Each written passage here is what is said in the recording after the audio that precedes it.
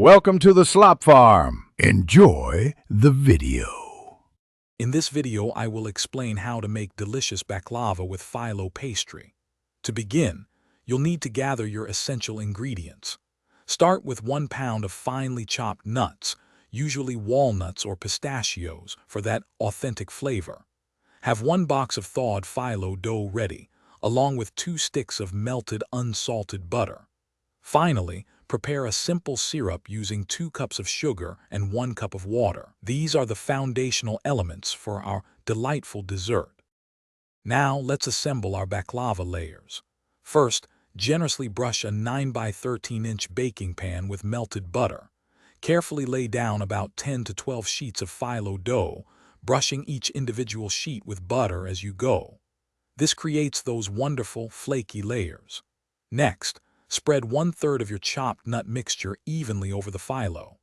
Repeat this process 2 more times, alternating phyllo layers with nuts, ensuring every layer is well buttered for a perfect texture. Before baking, it's crucial to cut your baklava. Using a sharp knife, carefully slice the entire pan into traditional diamond or square shapes. This helps the syrup penetrate evenly later.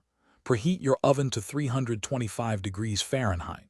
Bake the baklava for approximately 50 to 60 minutes, or until it achieves a beautiful golden brown color and the layers are visibly puffed and crispy.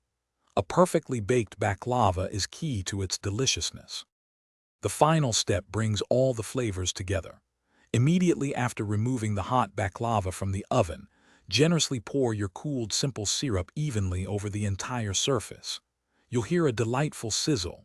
Let the baklava sit for several hours, or ideally overnight, allowing it to fully absorb all that sweet syrup.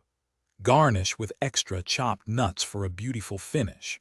Serve this incredible dessert at room temperature and enjoy your homemade baklava. Thanks for watching.